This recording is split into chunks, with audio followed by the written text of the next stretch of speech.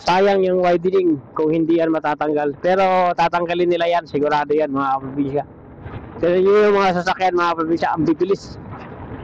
Paano ka naman hindi bibilis dyan? Napakalawak ng kalsada. Ganda pa ng paint na mga paint ng pader nila mga kaprobinsya. Magiging sikat na pasyalan to balang araw mga kaprobinsya. Welcome back sa inyo. Nandito tayo ngayon sa may Lipa to Alaminos Bypass Road. Yan yung may pakanan dyan yun, yung nilikuan ng kotse na yun. At yung padiretso ay papunta ng Santo Tomas, Batangas. At ngayon ay pupunta tayo dito sa kanilang bypass road papunta ng Alaminos. Magandang alternative route to. Titingnan natin kung maganda bang dumaan dito papunta ng Quezon Province. Yan. Wow, ang laki ng kalsada mga kaprobinsya. Kaso lang, eto, may mga poste pa sa gitna. Ayun, no?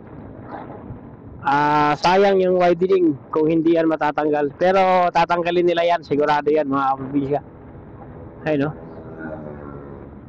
O, di ba? Sigurado yan, tatanggalin nila yan. Kasi pag hindi nila tinanggal yan, itong huling lane yan na to, gagawin lang yung paradahan ng mga malalaking truck. Sayang yung lapad ng kalsada kung hindi magamit lahat, no? Yan. Pero ang laki mga kaprobinsya, no? Dito naman, lumiit na naman mga kaprobinsya, no? Biglang lalaki, tapos biglang liliit. Yan. Ang bibilis ng mga sasakyan dito mga kaprobinsya. Para expressway ata itong dinadaanan natin. Napakabilis ng mga sasakyan. You know?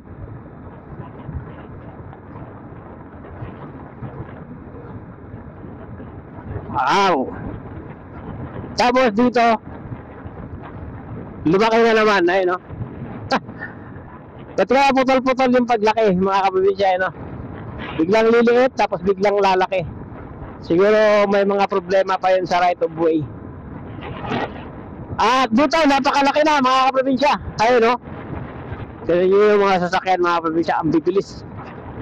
Paano ka naman hindi bibilis dyan? Napakalawak ng kalsada.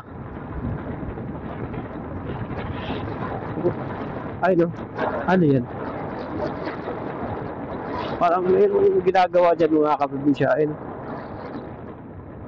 So kaya yung kulay ano na to mga kaprobinsya, kulay green na to. Parang may mga construction material sa loob. Kung ganito lang siguro yung daan papunta ng Bicol mga kaprobinsya. Ito. Itong daan na to. Siguro ang bilis mo lang makarating. Ito, kahit pa siguro nakamotor ka lang, siguro yung Bicol hanggang Matnog, mga kaya mo lang pa siguro kuhanin yan ng mga 8 to 9 hours. Pag ganito ka, napakaganda ng kalsada, kasi napakalawak. Yan, no? Siguro pag natapos na talaga siguro yung expressway, no? Mga kaprobinsya. Siguradong ang laking tulong talaga siguro yan, no? Tignan mo. Yun, no? Wow. Diyan mga puno ng nyug dito mga kaprobinsya. Tataas na ng nyug dito. Kaso lang parang hindi ganun kadami bunga. Yun, no? Uy, merong ano doon mga kaprobinsya, oh. Hindi lang siguro makita ng camera. Merong parang bahay doon, no, sa may bato. Oh, sarap pagkaroon ng farm dito, oh. Ayun, ano yun? Parang may Mama Mary. Parang may nakita Mama Mary mga kaprobinsya.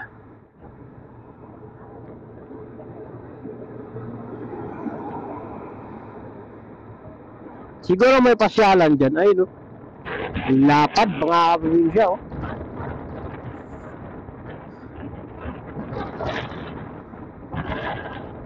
Siguro pinag-aanuhan to ng mga nagkakarera. Kasi ang haba ng street tapos napakalapad ng kalsada. Yan. Sana wag naman mga kaprobinsya, no? Ganda pa ng paint na lang, mga paint ng pader nila mga kaprobinsya. Diba?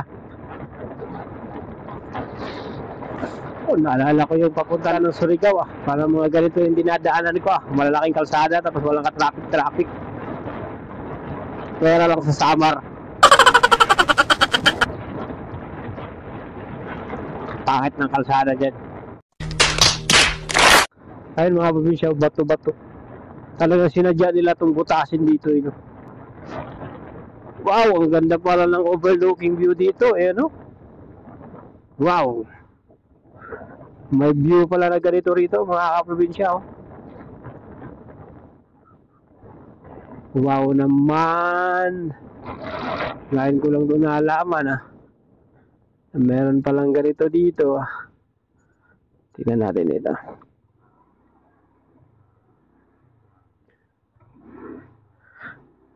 Uy, may kapihan pala doon sa baba mga kaprobinsya. No? Pwede kayo magkape doon. Ay no. Wow, ganda ng view. Wow. Alaminos.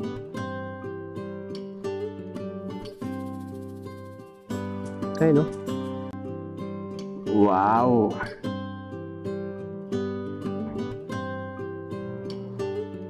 The best. Magiging sikat na pasyalan to balang araw mga kaprobinsya. Itong lugar na to.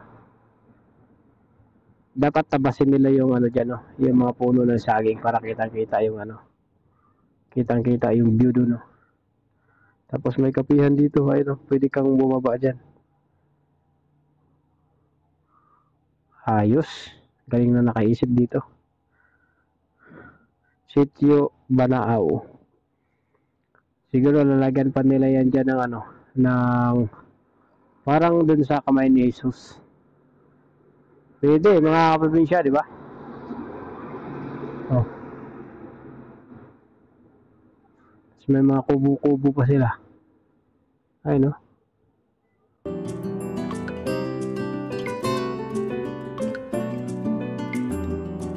Wow!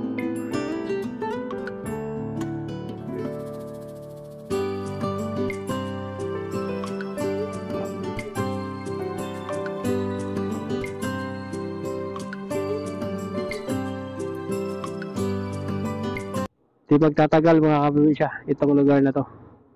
Sisikat ito. At magiging isa to sa pinaka attraction dito. Kasi tingnan nyo yung view mga kaprobinsya. Pero tatabasin nila yung mga punong saging na yan. Yung mga nagsisilakihang punong saging ngayon. Sa gabal sa view. Pwede namang putulin yan mga kaprobinsya. Kilometer 80 ng Sitio Banaaw. Ayos din mga kaprobinsya. Di rin papatalo kung sa view ang pag-uusapan.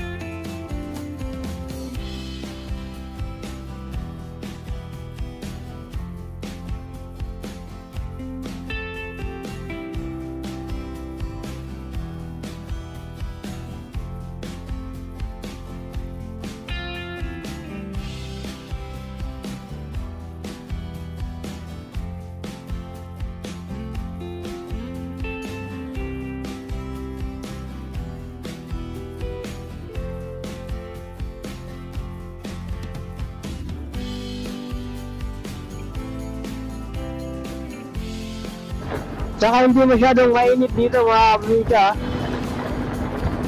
Parang magkalapit sila ng hangin sa Tagaytay. Siguro dahil mataas na tong lugar na to. Kita nyo ba yan mga kaprobinsya? Lawak lapad. Nakakita lang ako ng mga ganitong kalsada, yung mga papunta na ng Bicol eh. Sa may part ng Sorsogon. Ganito kakinis, ganito kalapat. Yun lang ako nakakita ng mga ganito. Ano?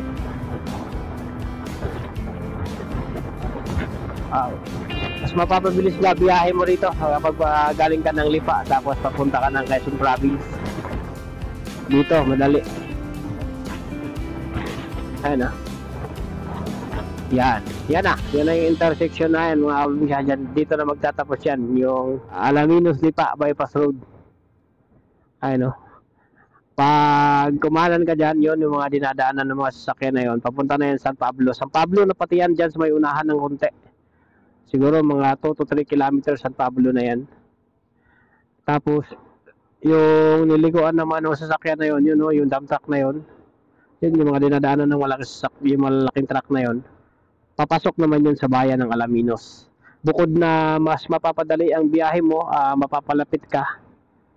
At hindi ka na pupunta na Santo Tomas or Tanawan, ay maiiwasan pa rin pati yung traffic dyan sa may sentro ng Alaminos, no? Yan. Galing mga kaprobinsya, no? Sana lahat ng mga matatraffic na lugar may bypass road. Yung summer kaya mga kaprobinsya, kailan magkakaroon ng ganyang kalsada? Sana meron din, no?